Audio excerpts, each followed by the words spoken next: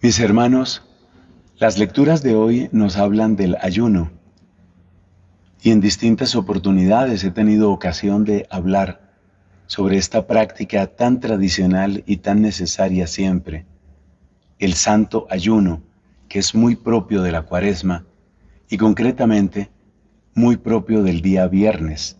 Estamos en el viernes después de ceniza. Y sin embargo yo no voy a hablar directamente del ayuno hoy. Ya lo he hecho en otras oportunidades. Yo quiero hablar de la tristeza santa.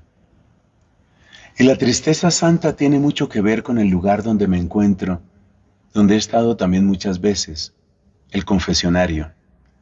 Y quiero decirles que he estado como ministro sentado aquí, administrando el sacramento, pero también he estado como penitente del lado de aquí o del lado de acá, confesando mis propios pecados.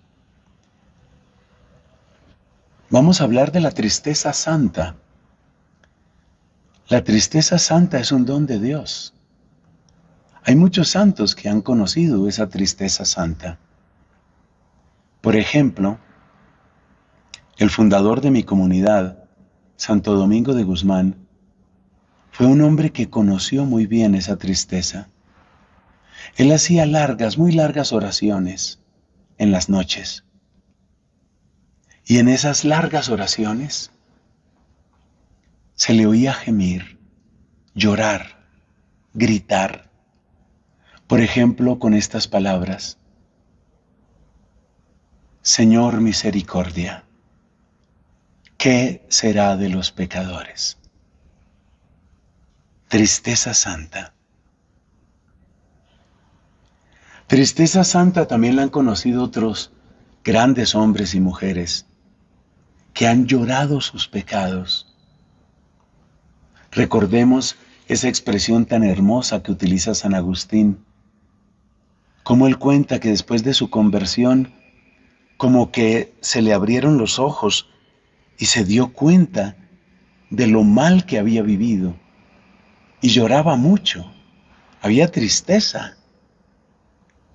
Y decía que especialmente con el libro de los Salmos brotaban abundantes las lágrimas y añade, lágrimas que me hacían mucho bien. O sea que la tristeza santa no es otra cosa sino el dolor por el pecado propio y el dolor por el pecado del mundo, por esa ingratitud, por esa dureza que tenemos. Recordemos aquí otro santo, Francisco de Asís. Cómo Francisco de Asís llora también de noche y su angustia es: el amor no es amado. El amor no es amado. Es dolor por el pecado, por la dureza del mundo. ¿Qué tiene que ver eso con el Evangelio? Que Cristo no quiere un ayuno hipócrita. Cristo no quiere un ayuno simplemente por costumbre. Cristo quiere que el ayuno surja de la tristeza santa, y la tristeza santa es darnos cuenta que lo hemos perdido a Él, que le hemos dado la espalda a Él, que hemos sido resistentes a su amor, que los detalles de su gracia nos han dejado fríos y distantes. Eso es lo que nos duele. Y ese es el ayuno que Cristo quiere.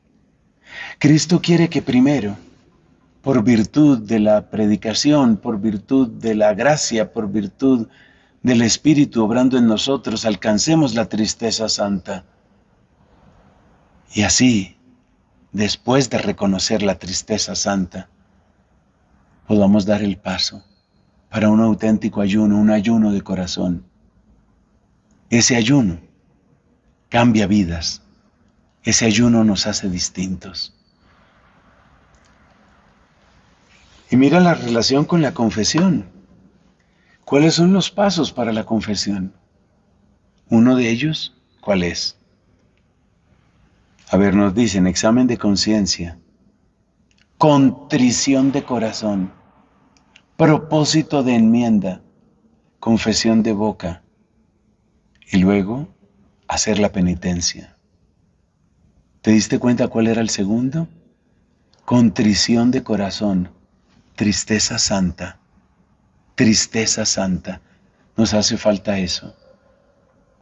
Santa Catalina de Siena, en su obra El Diálogo, tiene lo que se llama un tratado de las lágrimas. Y en ese tratado de las lágrimas, ella habla de la tristeza santa.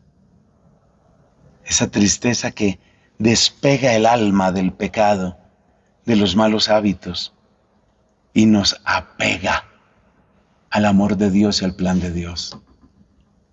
Que así suceda en tu Cuaresma y en la mía. Amén.